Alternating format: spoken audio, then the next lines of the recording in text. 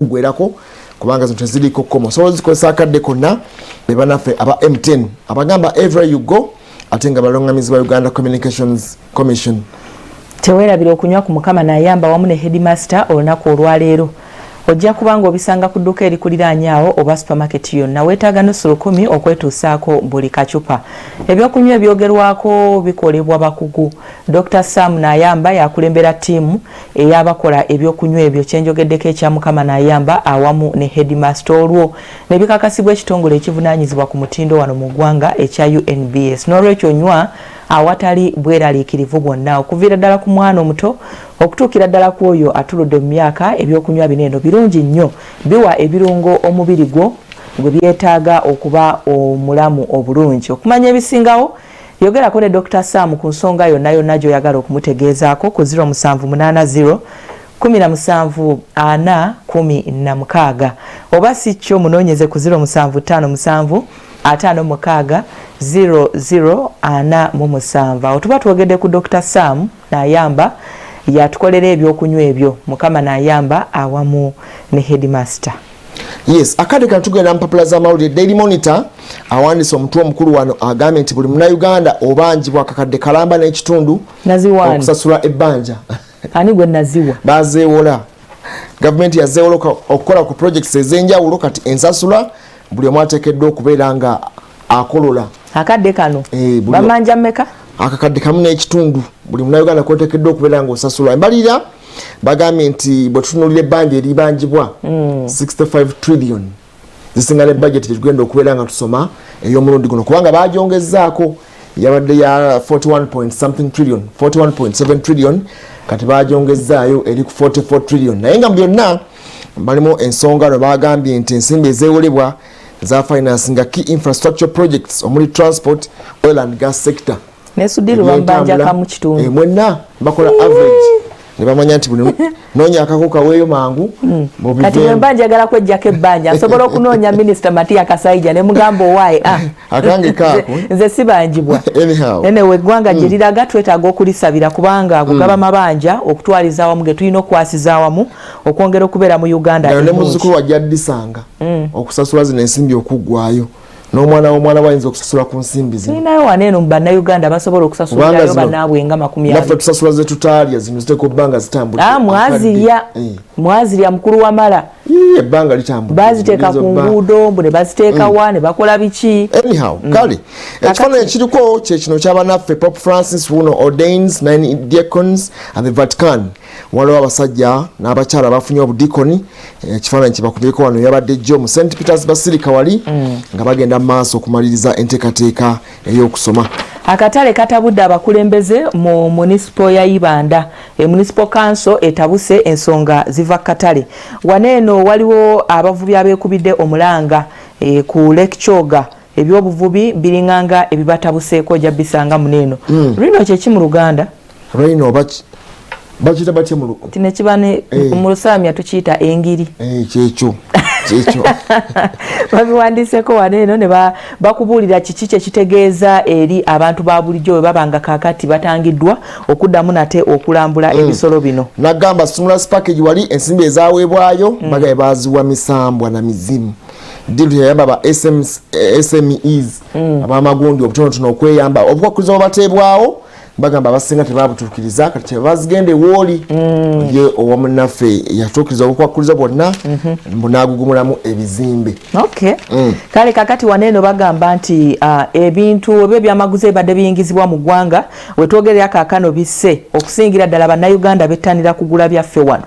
kale wano bagambye batya bagambye nti retired justice Wuno agenda kubanga azikibwa olwaleero retired Supreme Court Judge Cosmas Kato ajja kuzikibwa olwaleero mu Mparo Hoima olunaku olwaleero onkya Minisita Betty Kamya y'ow'ebyettaka avuddeyo n'agamba nti mulindeeko muyimirize bunnambiro okusengula abantu mu bitundu ebya Kiryandongo ojja bisanga mu lupapula luneeno olwa Daily Monitor. Wono President asinkanye ababaka va mu bitundu ebya Eastern eyo ne bamugamba nti bajja kukola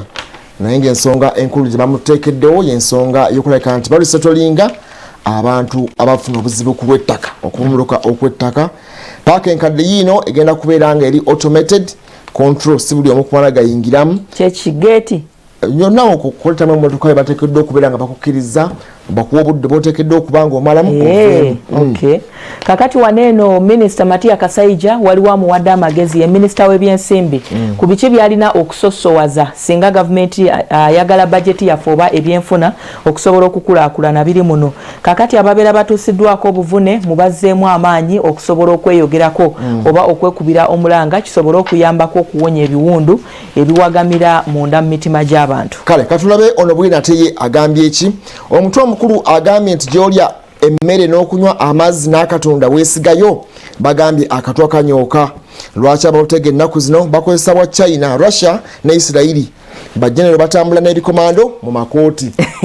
omuliro mu lukiiko lwa Kabaka n'abataka namboze ku by'okukuba mayiga emiggo mu lumbe bibino muno ojja bisangamu ate ku okulayira ekkololo Museveni ayiye amagye ku mazzi ebyama lwaki akuzizza bajenero 40 balambirira birimu ono bwino Onabaze sematalo ogwokusatu China esumuludde mizairo enebaka ebikompola bya Amerika Biden naye yesika babiwandiseko wano entano ba pastor baziwandiseko wano jazisomako zirabe ate wano bagenze maaso ne bagamba ani agaba obutwa mu Uganda ojja bisomako wano wa State House agambye okuweebwa obutwa ne muziba maaso naye alina byayogedde wano tebanaba kunoonya bugaba banoonye ani abutunda lwaki Obote yafuna akasajja ku mutima n'ayagala okutta Kabaka bibino muno mono bwino emmotoka ya Bobby etayita mu masasi eyongedde okusattiza aba security ono bwino yagamba tono balaze nti omukazi omukambwe abadde apanze okutta General Sabiti ojja bisomako wano ono bwino omuli mu lukiiko lwa Kabaka n'abataka ebyama lwaki Katikkiro Mayiga abuna bufo nambozi yewozezzaako ku by'okupanga okukuba Katikkiro Mayiga emiggo mu lumbe birimu ono bwino ojja bisomako wano obirabe ettaka ly'emutungo Kasasa aleese bwino atiisa n'alabula ab'ebibanja kooti yejjeereza yaaya ogw'okusobya ku mwana wa mukama we ow'emyaka 4 kivudde kuki ojja bisanga mu ono bwino ono waliwo amaziga abagambye nti Museveni akoledde ba minisita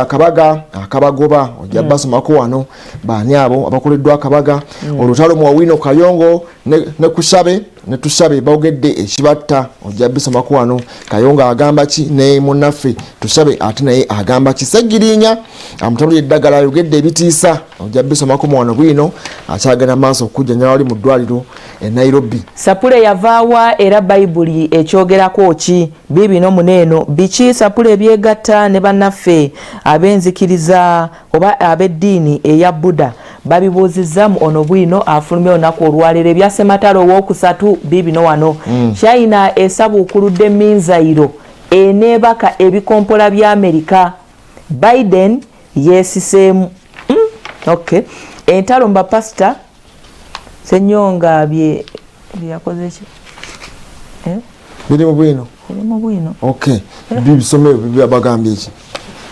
Uganda terutegerekeka bikulemye anyhow kale katumulemu katonyo tulaye munnaffe ate kyagenda okubanga tusomesa manya ekidduka kyo kekadde kano tufunye munnaffe ate omulala ajja kugenda maaso okubanga tusomesako tunadda tujja kugenda mulama gwaffe ne katulabe gwe ow'ekidduka ate omwami ono akusomesa ki olwaleero tukomawo katono nnyo ate oluvannyuma lw'obubaka buno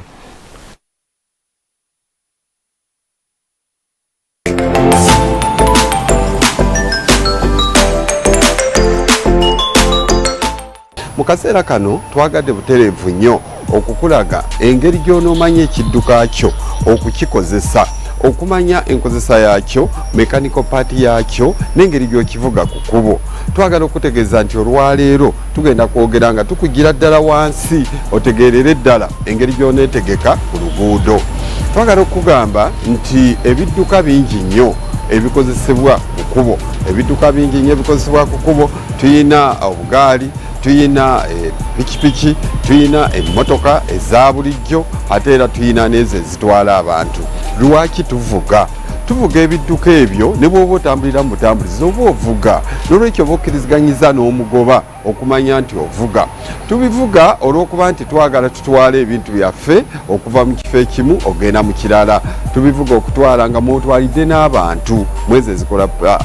taxi oba ze tuyita passenger vehicles era tubivuga ebidduka ebyo nga tukwata ebintu okubijja mu kifo ekimu okubitwala ku kirala tusaanye tumanye ebidduka byaffe engeri gye tubikozesa ogenda bikozesa otya ogenda kukozesa mulimu ki ogenda kutikka buzito ki misinde ki gy'ogenda okutambula manya enkozesa y'ekidduka kyo osobole okuba ng'obeera safe ate era ng'osobola okiwangaaza ku luguudo kakati nno tulina okukitegeera nti bwe tuba nga tetunnajja ku kkubo tulina okuba nga tutegeka era nga twetegeka ffe kennyini okusooka mu bulamu bwaffe engeri gye tunaatambula engoye ki ze tunasaako okwetereeza okuva awaka n'olwekyo omuntu asobolera ddala okwetereeza okuba nti ogenda ku mulimu onaaba mu maaso osenya oyambala engoye zisaanira omulimu ogwo ate era weetegekera embeera z'obudde mu kiseera kye kimu togezaako kuva waka n'okwata nga ojja butereevu nnyo ku kidduka kyo butereevu engeri gye tupaakinga ebidduka byaffe mu garagi mu bifo eby'olukale oba mu kompawundi zaffe oba wonna wonna we tupaakinga nojja otandika butandisi kugulawo nakuba kisumuluzo mbu ogende n'olwekyo engeri gye weetegese naawe kennyini okusobola okuba nga olabika bulungi mu bantu y'engeri gy'olina okutegeka ekidduka kyo nga tonnaba kukitandika n'olw'ensonga eyo tube nga twetegeka n'ebidduka byaffe tugende nga tubitegeka nga tugenda okuvuga engendo ez'enjawulo.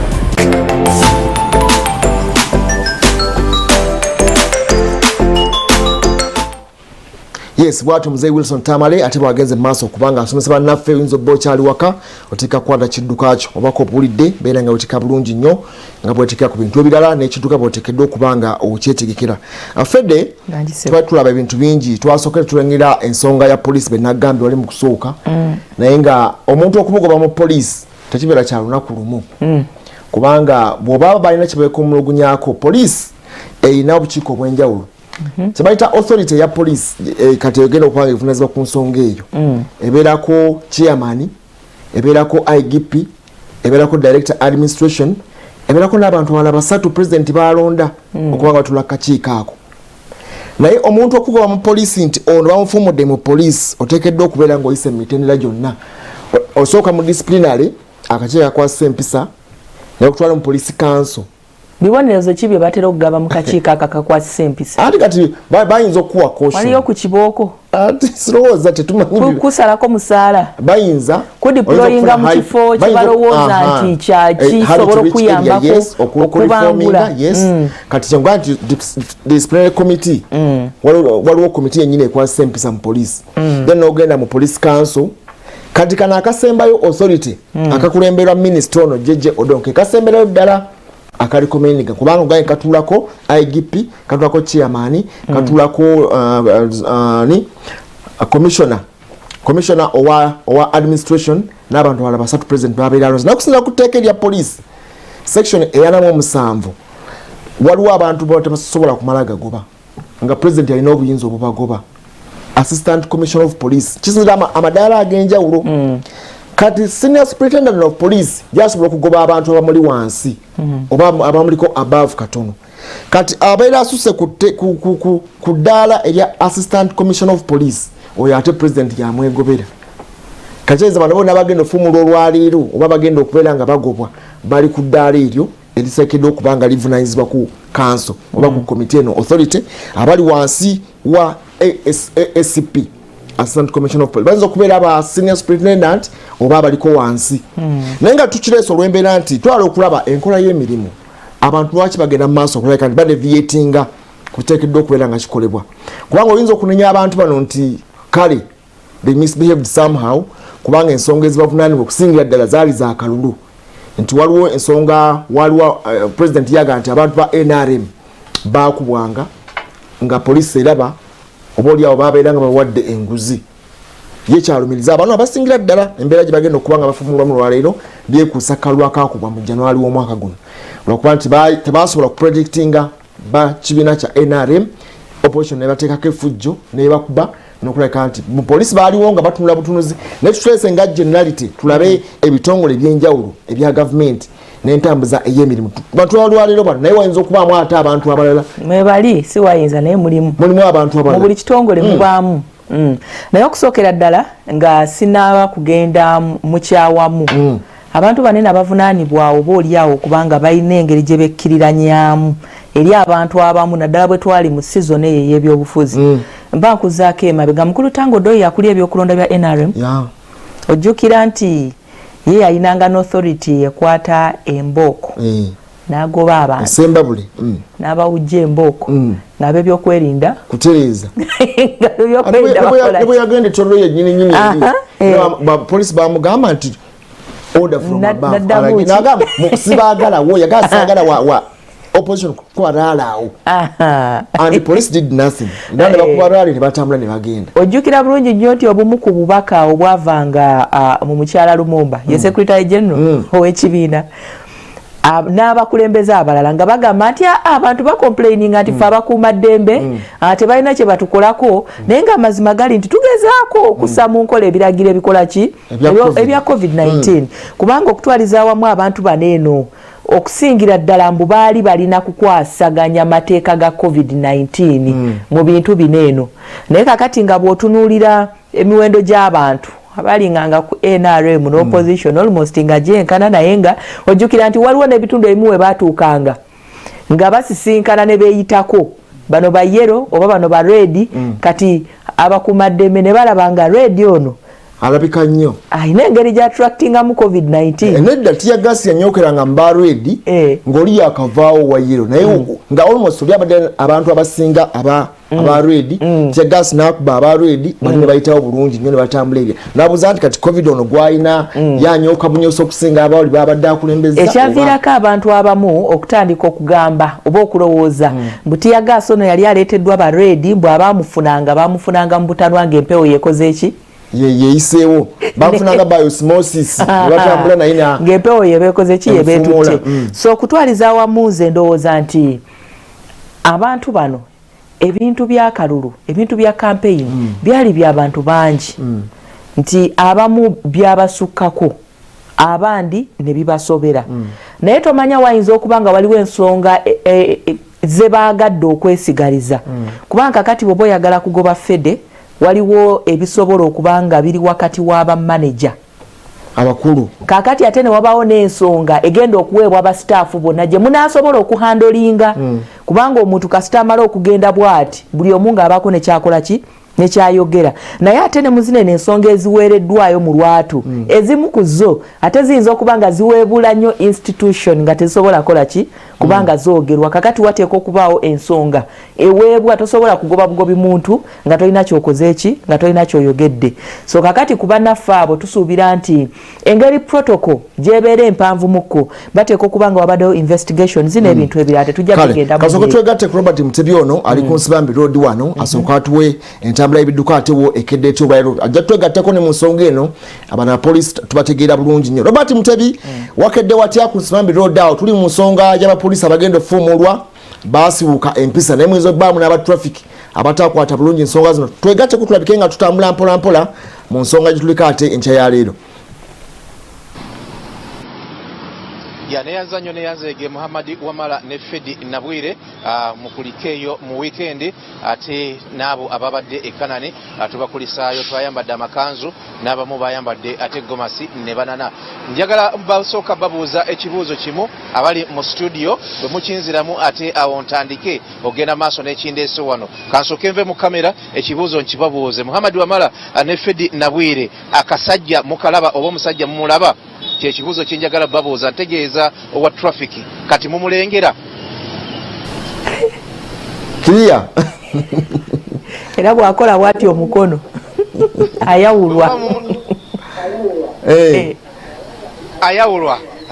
bw'abanga ayawulwa y'ensonga lwaki poliisi yatutegeezezza nti yazeemu okuddamu okola enkyukakyuka mu byambalo byayo okuva ku biri bye yaleeta ate ne babanga abantu bavuddeyo ne bakomplaininga ne bagamba nti ddala ekituufu kiri nti biri ebyambalo babadde tebalaba abantu bano aba traffic nga tebabalaba ku nguudo ng'era basobola n'okubatomera kubanga babadde tebalabika bwe mujjukira ekyambalo ekiwedde ekye baali bambadde olaba nti n'akakofiira ako kennyini kala yaako tekali nnyo visible nga bw'olaba white pure white bwali na bino ebyokumagulu bye babaterekako omuntu nga kizibu nnyo kubirengera ng'alaba bulabi kintuntu ekiri mu luguudo. Kakati omuluŋŋama w'ebyobufuzi mu poliisi Hassan Kasinjo etwadde twogerako naye yatugambye nti babadde tebali visible ne basalawo era baddemu bateekemu ssente okutulako emikono okuteekako emikono emirala. So yeyo enteekateeka empya eyazze ate ng'abamu emikono tegyakutuddwako bataddeko buteesi kaka white babeere nga bali visible nga bwogenda mu maaso kakati n'okulaba onoomu ate gwe tusanze wano ku luguudo lwa Nsibambi Road olugatta ne Balintuma Road wano wetuli essaawa zino. Entambula y'ebidduka okwetooloola ekibuga Kampala n'emiriraano njagala okutegeeza nti mu butuufu amazima go gali nti abantu bakedde kutambula kubanga kumpi buli luguudo wootuuka motoka mpitirivu nnyo nnyini ddala ezaakedde okutambuza abantu okulabika nti bagenda mu bitundu ebyenjawulo. Kakati atunuulira ekiri wano wansi okuserengeta ku Professor Nsibambi Road wonna wakwatiridde emmotoka eziyingira obuyingiza ekibuga kubanga ezifuluma ekibuga zo bazisibye naye olaba nti obaoliawo ajja muyitirivu nnyo. Kino kyetulese newali ku Namirembe Road kyetulese ne ku nguudo endala Wakaliga Road nawo wenviriddewo nga watandise okulabika nti wakwatira ddala naddala awo nga ku Sapulo Kagwa essomero eryo wabadde wakwatidde ddala okukirira ddala okutuuka ku bitala by'ebbakuli wabadde jaamu akutte nga ekiri ekasubi nakyo oyinza okugamba nti kifumba mutuku mmotoka zikedde kulabika nti ziyingira ekibuga olunaku luno olwa balaza nga mpitirivu nnyo nnyini ddala. Eziva ku nguudo ez'enjawulo ezigatta wano nazo ziraba nti ate nazo zikwatidde ddala naye nga ekirungi abaserikale bakedde nga ddala ku junctions ez'enjawulo okulabika nti bakwasaganya embeera okulabika nti abantu batambula bulungi ewatali kufuna buzibu bwonna. Entambula y'ebidduka mu kibuga enkya ya leero njagala okugamba nti yeeyo jaamu mungi ku nguudo ez'enjawulo obutafaananako nga bwe gwali ku mulundi guno abantu bakedde okulabika nti ate bayingira ekibuga buli wooyita olaba nti motoka mpitirivu nnyo ate nga ekizibu kye tulina enguudo zoyinza okwogerako ezandibadde nga ziyamba abantu okulabika nti bajoyininga ku zino ennene ate zo mbi nnyo nnyini ddala ate nga na zino ze tulina eza kolansi kakati mu kibuga kumpi kyonna ezisinga obungi zigenze ziwomoggoka nga motoka okuyitawo motoka ebbiri omulundi ogumu nakyo kifuukira ddala kizibu kubanga oba oliawo embeera emu ereeta jaamu eva ku bannaffe ababodaboda boolaba abo okulabika nti bavuganya n'emmotoka ku luguudo olunene so nga singa zaali zikoleddwa eno oyinza okugamba wali pavements naye walala okulabika nti tewali zino zeesaze bandibadde batambula bulungi embeera neeba yaddeko. Embeera bweti bweri wano ku Apollo Nsibambi Road wetukedde olunaku olwaleero naye nga teyawukana nnyo na mbeera nga bweri mu bitundu by'ekibuga Kampala n'emiriraano ebirala. Abantu bakedde okulabika nti bajja okuyiiya ssente ate nga bwe batera okuziyiirya naddala mu nnaku ez'okukola. Waliwo wamala kyobadde ombuuzako katono oyinza okukinziriramu oba oliawo mu ddakiika emu bbiri nange ne mbaako ettaffaali lye nkiteekako. Mbadde nkugamba abapoliisi 24 bagenda kufumula mu poliisi olwaleero ensonga zaabwe siruuka mpisa nga byekuusa kalwa kaakwa mu January. Pulezidenti agamba nti abantu bano babribingibwa era authority yasazeewo okulabika nti yawadde obuyinza IDP abeere nga bafumula mu poliisi olwaleero bagenda kubeera public. Sizire naggulu bayinza okulangira nti amanya ono bafumuddwa mu poliisi kubanga obujulizi bwaweddeyo nti basibuka empisa oba olwala bagulirirwa mu kalulu ab'oludda oluvuganya gavumenti. Awo tubale tuli akadde kali we tukwasiriza. Naye ndowooza nti okufuumuula abapoliisi 24 bokka kibeera nga kiiso kya mbuzi kyoyinza okugamba nti amaaso kigatadde nnyo ku mubaazi nekyerabira nti eyasse yeegundi. Abapoliisi 24 bokka bw'oba ogamba nti bojjeeyo olw'okusibuuka empisa abapoliisi mikwano gyange mujja kunsonyiwa eyo ennamba babajjeeyo ntono. Oba oliawo ekyokufuumuula kiyinza okuyambako okutereezaamu naye ate si yeddagala eryenkomeredde eyinza okuyambako ku mbeera etali nnungi n'akamu eri mu kitongole kya poliisi. Nze ndowooza nti ate bwe tubadde mu lockdown eno abapoliisi basiibuusa empisa ne bava ne we balina okukoma naddala bwe tugenda mu buli bw'enguzi bungi nnyo era bukyaliwo. Ekyo nkisimbako nnyo amannyo nti ebiragiro bya pulezidenti bye yateekawo ebya COVID-19 ebya lockdown n'ebiringa ebyo ate nja kugamba nti poliisi yekutte ekisooka okulabika nti ebituyoboola wadde pulezidenti yagamba nti tetulina kukola kino ababikola bayita mu poliisi okugenda maaso n'okubikola tetujja kuwamanya nti gano na gano naye nga bangi omuli n'ab'oku ntikko bennyini kubanga orders ziva from above be bakama baabano abatonotono abagenda maaso n'okulagira nti abo mubaleke bakole kino, oyo mumuleke akole kino, oyo mumuleke akole kino. Uganda kituyambye nnyo nti tetubadde nnyo na kirwadde kino ekya COVID-19 nga bwe kiri mu mawanga amalala. Otherwise singa twakirina twandifudde nnyo, kubanga ate ebiragiro ebiyinza okikendeeza n'okitangira abannaffe abapoliisi naddala ab'amaanyi ennyo bamayinji abo be batoowa order nti eyo ebbaala erina okukola ssaawa 24, ekyo kirina okutambula ssaawa bwezi, emmotoka y'omugireka etikka 24, eneetikka 16 full board, eneekola biki era bazikuwatako akubira bukubizi mukulu nti eno batukutte. Ebifo bingi ebigenda maaso n'okutyoboola COVID-19 birina obaoliawo certificate n'obuyinza obuva mu bannaffe abaserikale bennyini ab'oku ntiko aba poliisi,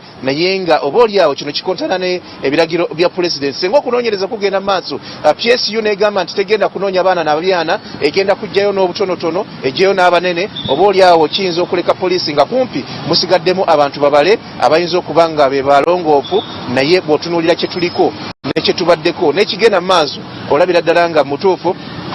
sijja buyita busibufu wapisa, naye obuli bw'enguzi bususe bulina okukoma era nga bukyagenda maaso, kubanga eggwanga president tamanyi bumanya kumpi lyonna lyaggulwawo dda nnyo. Amasomero kakati gasomeseza ddala abaana okuva ku P1 paka ku kibiina ekisembayo, naye nga obaoliawo aba inspectors n'abalala bagendayo orders babagamba nti bo bazifuna from above bagende maaso n'okweyeeya. Abapoliisi bw'ogendako yo n'obagamba nti kino nga kiriwo ekiti nga bagamba nti why tetujja kunyigiriza nnyo nnyindo, tugizaazizza nnyo amazzi, abantu mbaleke bakole. Osanga pikipiki za poliisi olw'eggulo nga zikubyeko nga zigenze kukima bukimi kintu kidogo okuva mwaba aboperating supermarket saa 6 ng'eggulawo, naye saawa 5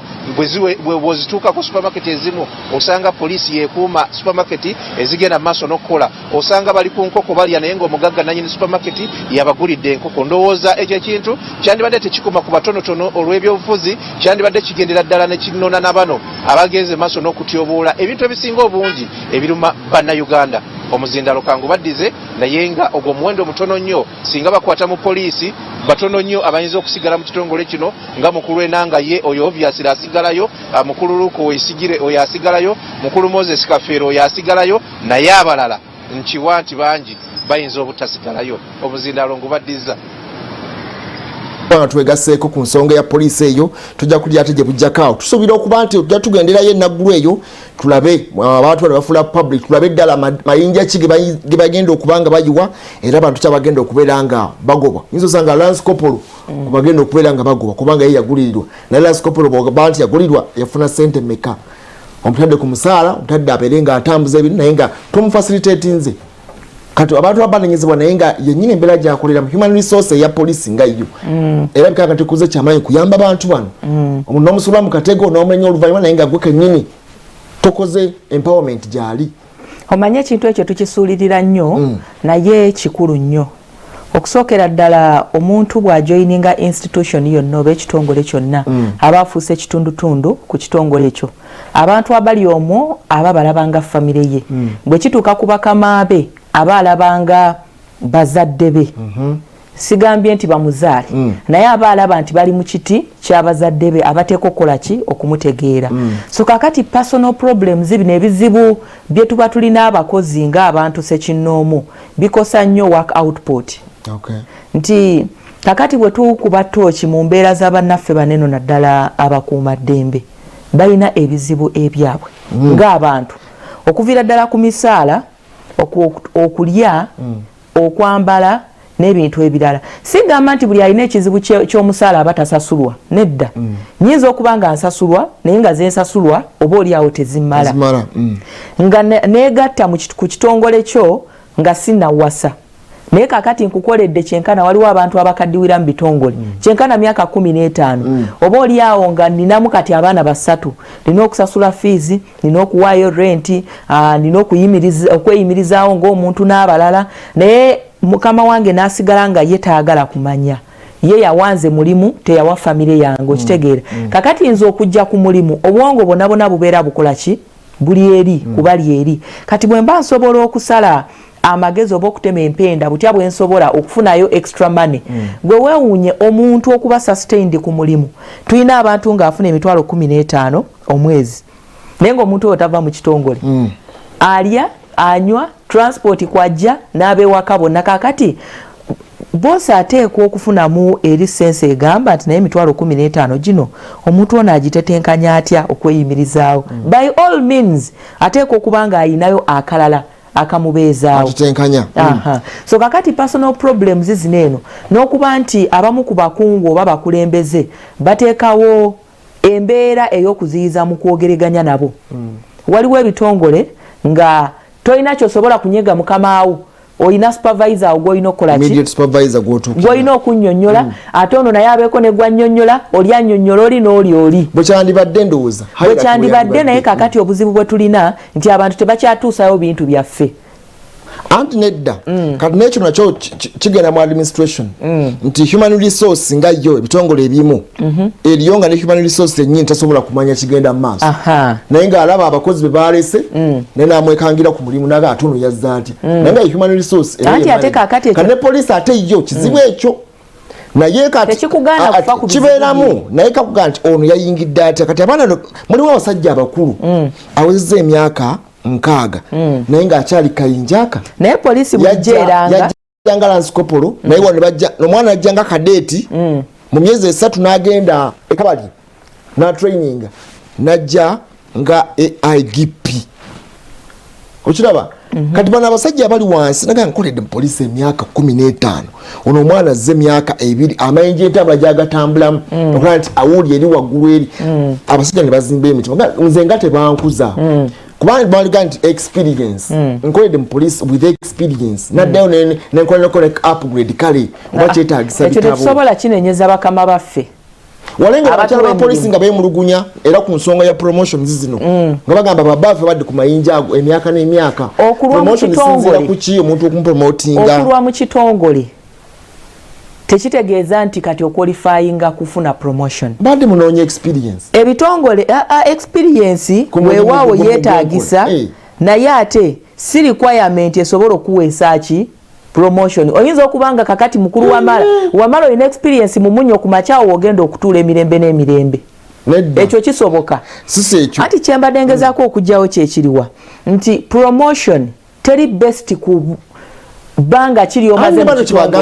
oyinza okubanga omazeemu anti oyinza okubanga omazeemu emyaka nga 5 oba oli awo naye ng'onazze kakati emyaka gino 5 ng'okusinziira ku buyigirize bw'olina okusinziira ku buyigirize bw'olina okusinziira ku buyiiya n'obwangu bw'olina anti bano kyebagamba bano kyebeemulugunya mu byonna ye technical know-how ensonga yandibaddenga kuyisibwa mu maaso tuba tujjukira omugenzi Kasirye Gwanga bo tebatunuulira bintu byonna mwana ajja talina kyamanyi n'ebisinga n'abeegira ku mulimu okiraba learning on job naye ng'ono omusajja abaddewo naye awaakiri batuuka n'okuteekawo embeera enzibu ennyo okubongera akayinja omuntu ofuna akayinja akokubiri naye kati gwe balumiriza essaawa eno yagenda okuba nga afumba mu poliisi nze kubuuza nti okugoba abantu mu poliisi kyetaagisa mu kadde kano ye priority yali badde etundwamu nnyo okulaka nti ebizibu bya poliisi ebisinga okugoba si solution n'ekimu ekirina okukolebwa waneno mu kitongole ekikuumaddembe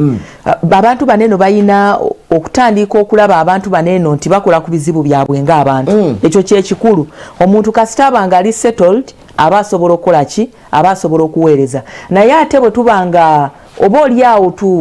tugezaako okukyesigamya ku eyaze jjo bamupromoti nze kakati nze nkyali wano ekyo nyinza obutakkiriziganya nakyo nti lwaki bwe tutunuulira security yaffe kati teknologiya gyakoma okukula nabo n'okweyongera okukola ki okola advancements kakati gwe oyinza okuba nga woobadde toyina bwongo bugenda ku operatinga kyuma kino ng'ono omwana akoze eki weewaawo sigamba nti bonna baliyo because bagwanidde okubeerayo naye ate bwe tukitunuulira ku broader scale nti abantu baneeno kakati teknologiya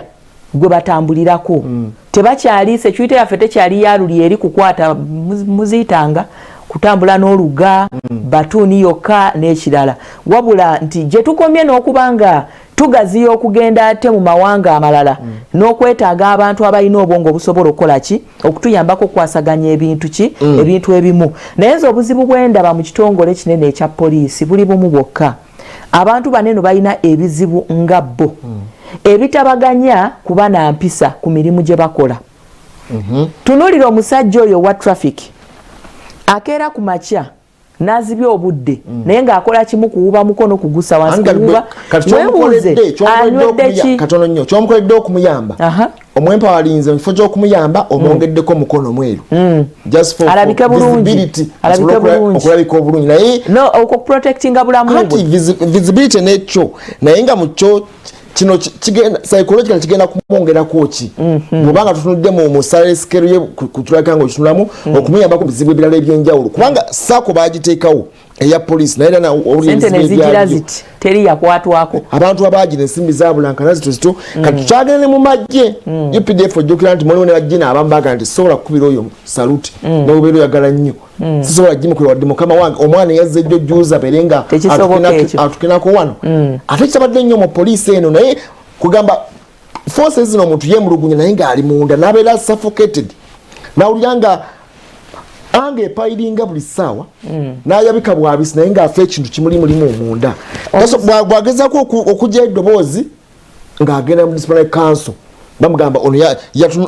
yadisobeying the lawful orders baga nti yatuyobodde ebiragiro ebyalimuweereddwa bwe yabadde agezaako okugyayo eddoboozi lye oba okwemulugunya naye si buli muvubuka oba oli awo apromotingibwa mu institution yonna nti ayinza okuba rejected by abakulu naye ebiseera ebisinga obuzibu bwe tulina ng'abavubuka bwe buno abavubuka ennaku zino eno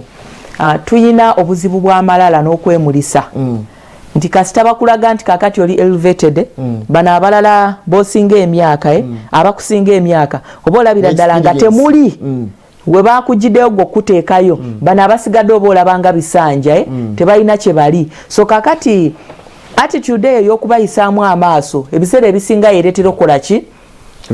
rejection okuva mu bano eno abakungu kakati ate bwe ba rejectinga nze omuvubuka gwe baleese mba nina obbalagako nga nkozesa authority nti office nkola ki nti njirina ze zentala ezitakoma naye okutwaliza awamu bannaffe bano eno tulina okwebuuza omusirikale kantandike ne bannaffe banene ab'oku nguudo kubigambibwa nti bakuŋŋanya ssente bantu ku nguudo kuliko kamera ezateekebwawo okutangira obumenyi bw'amateeka kubanga ensimbi ezo ebanguzi which is a crime mu Uganda oli nazikuŋŋaanya mwaka ku mwaka ne bamanya nti kakati oyo just awakozeewo tagali katumukyuse tumutwale eno tulina okusooka okwebuuza mutebi alina kyabadde akoonakaawo oba oli awo ekitavuddeyo bulungi abantu banene ani abaterawo ambulero okusigala nga bakola ebikolobero nga teri abakwatako balina cover up eyani ey'abakulu era bennyini bakulu ki ababawa emirimu abatuulawa ebyo kati bwe twabuuza ebibuuzo ng'ebyo tibakitegeeza olaba bulijjo bannaffe baneeno abalwanyisa abatujju internationally kasita akuba akulembera ekibinja eba pate oyo kakati tukoze eki tumusaanyizaawo Bin Laden tukoze eki tumuwonye kakati abo Al-Qaeda ne gurupu kitegeeza nti egenda kukola ki kugwamu akasattiro kati okuddira abantu banene abalala abawansi mu twali mu biro ebya lockdown waliwo abantu abamu abemulugunya nga temubimbuuza naye nga byalingayo nga bemulugunya nti bwe batuuka mu kifo nga balina ebbaluwa ze beetaaga wabaawo ajja n'abayitamu bw'amala obbayitamu ne babawa ebbaluwa abamu ku bo kyovola babayimirizanga nti olaga wanti mbadde ngenda kuziika naye ng'ebbaluwa gye bamuwadde yakwanjula oba ya lubuto nga tebabitegeera kakati oli nga abayita mbuyisi ne babaleetera ebbaluwa ye kasita alaba nti ngenda kutambulira weeks 2 ng'agamba kikoze eki kiwedde so kakati abantu ng'abo okubanga baalingawo ate nga bali mu bitundu ba RDCs be bali baweereddwa obuyinza nga bali mu matwale ag'abantu abali ku ddaala ery'obukulembeze ku sseera ani yalinga abasustaininga RDC ono bwe kiba nga kituufu nga ate ye ani mukama we gwatwalira so kakati ebintu bineno bijja byetoola bwe bityo waliwo n'abalala abatali basanyufu nti gwontuma nze ngende mbeeko nekyenkola nendeeta ate nompaako buki buswazi bwe sitategeera kati kiba kitegeeza nti bw'oba ontumye emitwalo 10 nina okwerwanako ndeete emitwalo 2 tusobole okugabanira wakati ate naawe ompeeko ejjange emeka ebiri so kakati okutwaliza awamu embeera ey'abasajja banene abakuumaddembe yeetaaga okutunulwamu. Ndowooza ebyobufuzi bino kubanga ensonga ezibavunaanibwa wano okusingira ddala zaali za kalulu. Babagamba nti waliwo embeera nti they sat back. Ndabanga ekyekwaso ne batasobola kulabika nti bateekawo embeera esobola okulabika nti akalulu kali free and fair. Nga balumiriza nti boliwo ekibiina ekimu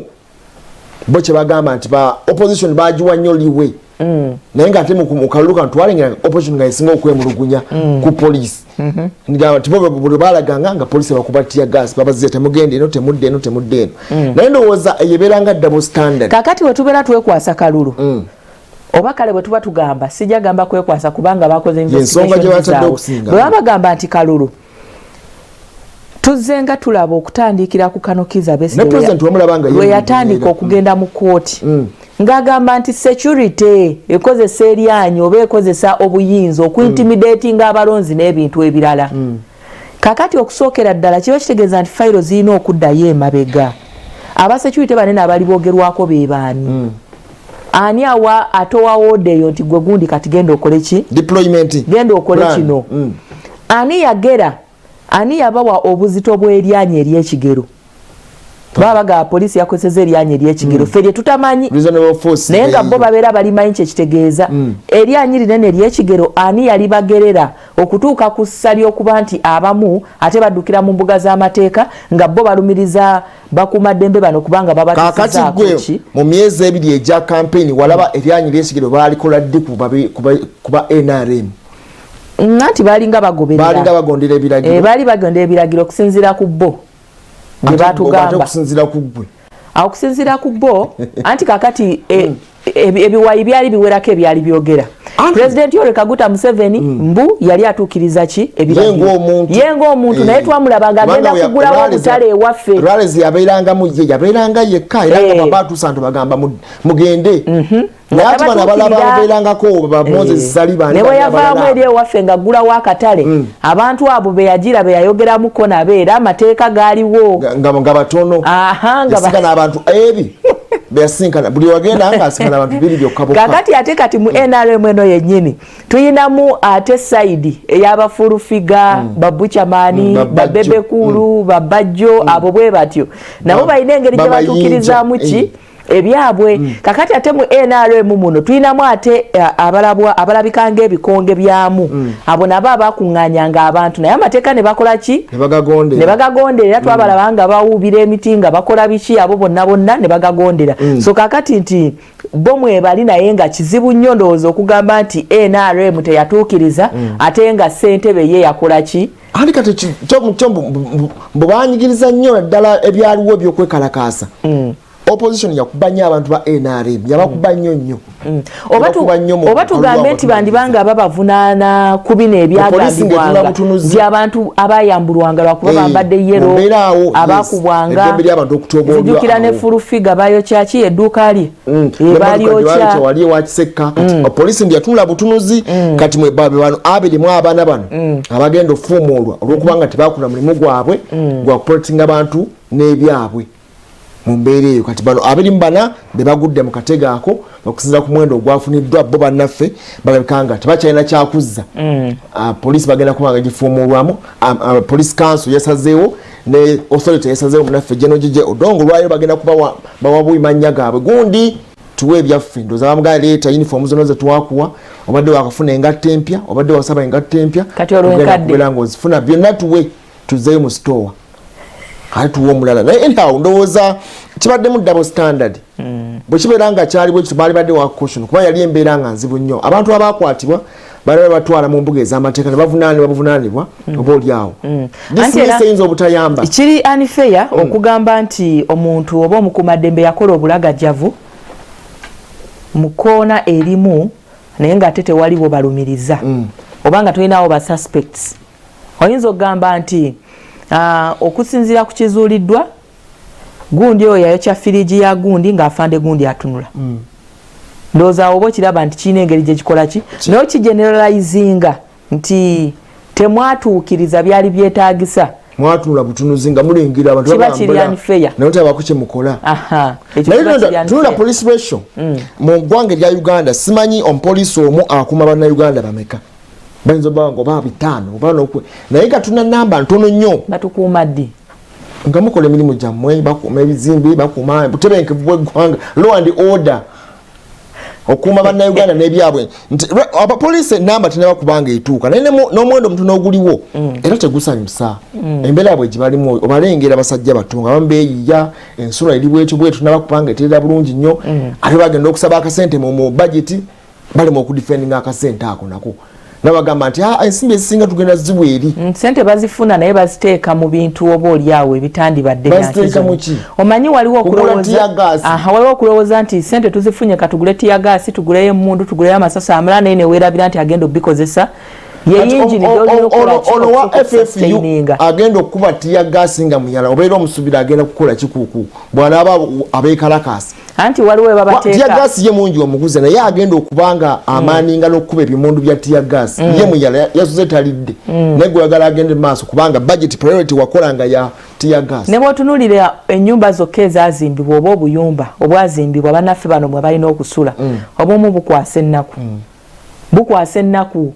kyotuukayo n'ogamba yiwana afande yasulawo oba nedda nga embeera si nnungi naye ng'omusubira akere ku luguudo asiibeko enkuba etonye tajja kuvaawo omusana gwake gwonna tajja kuguva kitegeeza ateeka okweyiiya abantu banene bonna bagenda okugobwa nze nziramu okusaba kwange bwe kiba nga babadde bagenda kugobwa lwaleero nga babadde nga tebaboogerezanga babakwata empola baweeyo ebya poliisi badde nereme kudda kuki kuffe kubanga bwe babanga babaddeko samwe abamayinja kitegeeza nti ate balina ba juniors wansi abakola ki ababakkiririzaamu waliwo institutions eziremererwa okukulaakulana nga lwakuba manager alina kye yasimba nga yalekayo ba disciples nga tosobola kubakyusa ne boba okola ki kubanga abaserikale banene tukkirize tugane ne mu institutions zonna obeeramu n'omuntu gw'ogamba nti bwe mba nina ekizibu gundi oyo akola ki kati gundi oyo singa aba atuseeko ekizibu omulwanirira by all means tunuulira nti singa kiba nti abamu ku bagenda okugobwa oba oliawo balina ka gurupu akabadde emabega akasolooza ne kakola ki ate nga babatemera bulungi kati bakitegeeza nti balina okusigala nga batambuza ekintu kiyinza okulwawo okutereera nga bwe kyali ku bannaffe baani bano ba crime preventers nti twagezaako no bakuŋŋaanya mu kalulu tukyabakuŋŋaanya bakyabanja sente zaabwe anti lule twali tubafuddeko nnyo mwabaleeta nga bagenda kukola myezi 2 byali byakalulu babanja sente zaabwe tebazibawa ne baga tetuba design forms zamanga temwadde sente kati ezo ze bali babanja zenkadde waliwo n'okubanga bongeddemu n'ezaakalulu abantu bano basookanga nga babanja ensako zaabwe ez'abasuubizibwa wano ne bali babayita okujja ne barejectinga okujja tetugenda kujja ate baba bali awo lwe basobola okujja ne babongerako emirimu kati kitegeeza babanja ki kale tuteekeddwa okuba tusibola okuva mu kifo kino njagala kubaagaliza olunaku olulungi naye okutwaliza awamu okukuubira omulanga abantu bonna abalina gye bakola ebitongole bye bakolera embeera ey'okunyigirizibwa oba oliawo etali ya bwenkanya ereme kutuusanga kussa ate eri inflictinga pain ku muntu omulala olw'okuba nti gwe olina okukola ki olina okusurvivinga mukama katonda ono bw'omwesiga afaayo luliba olwo bw'oba olaba nti wooli tewakusanyusa resigninga mu mutima mulungi ogenda onoonya ate ekirala ekisobola okukola ki okubeezaawo obulamu bw'abannaffe tubuseemu ekitiibwa nise nabwire tugenda sinkana kawungeezi ssaawa 10:30 mu mawulire gaffe ag'omunnyo ogw'ebunaayira gaba gavudde bweru w'eggwanga naye ku ssaawa emu tuba tujja kwongera omunnyo live ate ku ssaawa 3 omunnyo ku 3